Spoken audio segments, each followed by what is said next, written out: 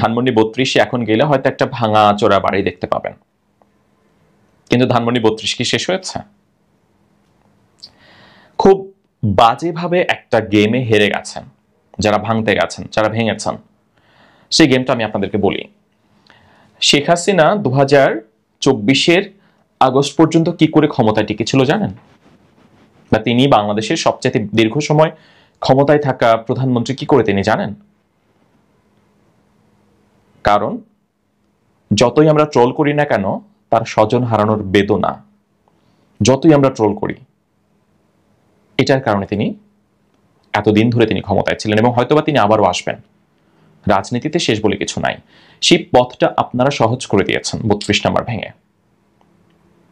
কারণ ওই 32 নাম্বারে অনেক দেশের রাষ্ট্রপ্রধান এসেছে, অনেক মানুষ এখানে গিয়েছে। সেই 32 নাম্বারে ধরেন বঙ্গবন্ধু রক্ত শুকিয়ে আছে সিঁড়িতে, সেটা ছিল। তারপরে দরজায় বুলেটের আঘাত ছিল, বুলেটের গর্ত। এগুলো দেখে মানুষ বঙ্গবন্ধু শেখ মুজিবুর রহমানের প্রতি সহানুভূতিশীল হতো এবং শেখ হাসিনার প্রতি সহানুভূতিশীল হতো। এবং এই আবেগটাই শেখ হাসিনার অন্যতম প্রধানতম ইউএসপি ছিল, যেটি ইউনিট সেলিং পয়েন্ট।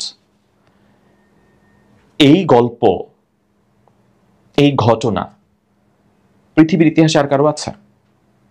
অন্য কোনো রাষ্ট্রনায়ক বাদ দিয়ে অন্য কোনো সাধারণ মানুষের আছে?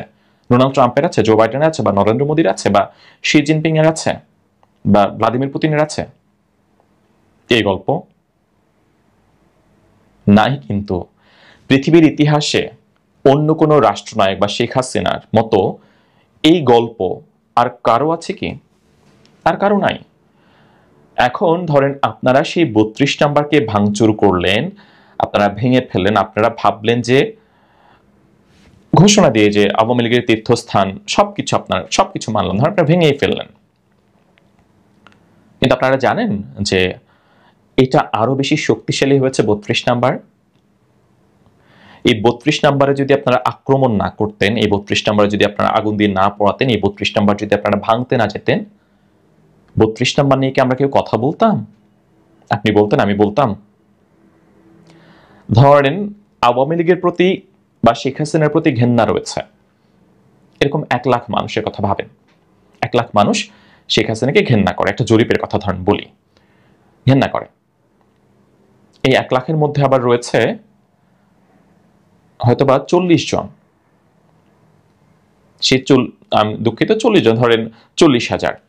সেই 40,000 আবার কিন্তু ধরেন শেখ হাসিনাকে ঘেন্না করে, ঠিক আছে, কিন্তু তারা আবার শেখ মুজিবুর রহমানকে, বঙ্গবন্ধুকে ভালোবাসে। এখন আপনি এই 32 নাম্বারটা ভেঙে দিয়ে ওই 40,000 মানুষ যারা বঙ্গবন্ধুকে ভালোবাসে কিন্তু শেখ হাসিনাকে ঘেন্না করে, তাদেরকে আপনি আঘাত করেছেন, তাদেরকে আপনারা আঘাত করেছেন, ওই 40,000 মানুষকে। তা সারা দেশে 18 কোটি মানুষের মধ্যে আপনারা ভাবেন যে কত শতাংশ মানুষ এই 32 নাম্বার ভাঙায় আঘাত পেয়েছে।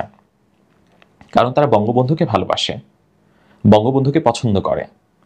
আপনি হয়তো বঙ্গবন্ধুকে অপছন্দ করতে পারেন যারা ভেঙেছেন, কিন্তু আপনি যখন ভাঙলেন, যে মানুষগুলো শেখ হাসিনাকে ঘেন্না করত তাদের মধ্যে আপনি শেখ হাসিনার প্রতি সহানুভূতির বীজ বুনে দিয়েছেন আবারও, এবং সেটা আরো বেশি করে।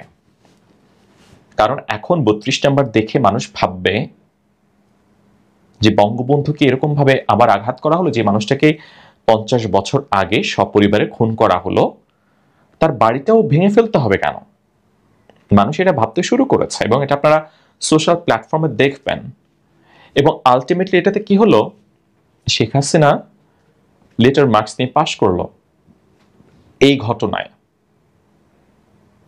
এবং এটা আপনারা ভাবেন যে ক্ষমতা এখন আপনাদের হাতে, এবং আমাকে এখন অনেকে সুশীল বলে গালি দিবেন, কিন্তু দেখেন আমি যে যুক্তিগুলো দিয়েছি এটা কি আপনার কাছে অযৌক্তিক মনে হয়? আপনারা বলবেন যে খালেদা জিয়ার বাড়ি ভেঙে দিয়েছে তাই আমরা ভেঙে দিচ্ছি, এটা আপনাদের যুক্তি একটা হবে। আরেকটা যুক্তি হবে যে শেখ হাসিনা এত বছর ধরে গুম খুন করেছেন, দুর্নীতি করেছেন, অর্থ লোপাট করেছেন, সে কারণে ভেঙে দিয়েছে। কিন্তু আপনারা ধরেন গণভবন ভেঙেছে, গণভবন লুটপাট করাতে, ভাঙাতে কয়জন মানুষ কষ্ট পেয়েছে আপনি আমাকে বলেন? কয়জন মানুষ? আমি যে 1 লাখের গল্প বললাম, ধরে নিতে সে 1 লাখের মধ্যে কয়জন কষ্ট পাইছে? ধরেন যারা হাসিনাকে পছন্দ করে না, কিন্তু গণভবন ভেঙে দিচ্ছে, কয়জন মানুষ কষ্ট পাইছে? কিন্তু 32 নম্বর ভাঙাতে কেন কষ্ট পাচ্ছে? What's the reason?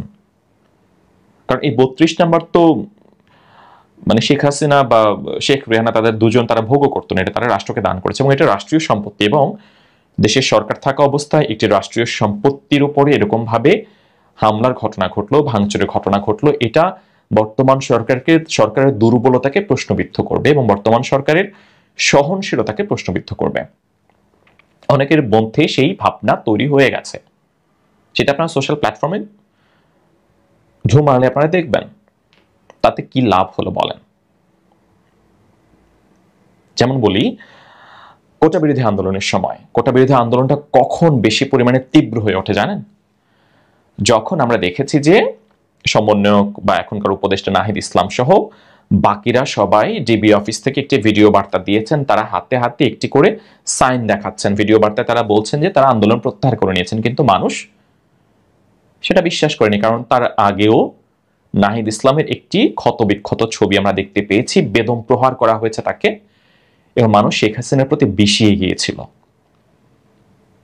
বিশ্বাস হারিয়েছিল সরকারের প্রতি। এই যে বিষিয়ে যাওয়া, এই বিষিয়ে যাওয়াটার কারণে শেখ হাসিনার পতন খুব ত্বরান্বিত হয়েছে, ঘটে গিয়েছিল পতন। এখন 32 নাম্বার দিয়ে আপনারা শেখ হাসিনার প্রতি যারা নিরপেক্ষ, আমি কিন্তু এখানে যারা নিরপেক্ষ তাদের কথা বলছি, ধরেন যারা আওয়ামী লীগ করে, শেখ হাসিনা যত দোষী করুক না কেন তাদের কাছে শেখ হাসিনা ভালো।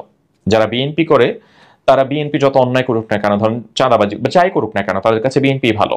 বা যারা এখন সমন্বয়ক বা যারা ছাত্র, যারা সমন্বয়কদের সাপোর্ট করেন, তাদের কাছে মনে হবে যে তারা যা করে তারা ঠিক করে। মানে আমরা এরকম, আসলে আমাদের মনস্তত্ত্ব এরকম ভাবে কাজ করে। কিন্তু যারা নিরপেক্ষ, আসলেই নিরপেক্ষ একটা গোষ্ঠী রয়েছে, তারা এগুলো পর্যবেক্ষণ করে তারপর সিদ্ধান্ত নেন। শেখ হাসিনাকে কেন মানে বলেন তো ক্ষমতা ছাড়তে হয়েছে? একটা মাত্র কারণ, নিরপেক্ষ মানুষগুলো শেখ হাসিনার প্রতি সমর্থন প্রত্যাহার করেছিল। না হলে বিএনপি 17 বছর ধরে, 16 বছর বা 15 বছর ধরে এত দীর্ঘ আন্দোলন করলো, কেন তাদের পতন ঘটলো না? কেন তারা সফল হয়নি? কারণ বিএনপি ওই সাধারণ মানুষের সমর্থনটুকু নিজেদের দিকে নিয়ে আসতে পারেনি। ওই সাধারণ মানুষের সমর্থন হাসিনার প্রতি ছিল, না হলে শেখ হাসিনা এতগুলো নির্বাচন এরকম ভাবে নষ্ট করে ক্ষমতায় থাকতে পারতো না। শেখ হাসিনার পতন ঘটেছে কি কেন? কারণ বৈষম্যবিরোধী ছাত্র এই আন্দোলনটা নিরপেক্ষ মানুষের কাছে গ্রহণযোগ্যতা পেয়েছিল, এবং শেখ হাসিনা বিএনপিকে আন্দোলনকে যেভাবে দমন করত অনেকটা একই রকম ভাবে দমন করার চেষ্টা করেছে, এবং নিরপেক্ষ মানুষ শেখ হাসিনার বিরুদ্ধে চলে গিয়েছে।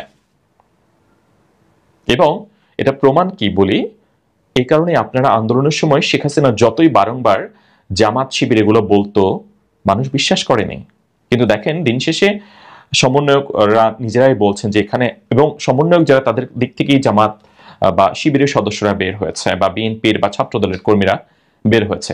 এটা যদি বৈষম্যবিরোধী আন্দোলন শুরুর সময় যদি তারা যদি আত্মপ্রকাশ করতেন, কেউ শিবির হয়ে, কেউ ছাত্র দল হয়ে, সাধারণ বা নিরপেক্ষ মানুষ কিন্তু তাদের সাথে থাকতো না। তাই নিরপেক্ষ মানুষের সমর্থনটা আপনাদের দিক থেকে সরে যাওয়ার আগে জনমুখী কাজগুলো করা উচিত। আপনারা ভাববেন না জুলাই আগস্টে যে ঘটনা, সেটা ফেব্রুয়ারিতে এসেও একই রকম আপনাদের দিকে রয়েছে। আসলেই এটা ভাবার কোনো কারণ নেই।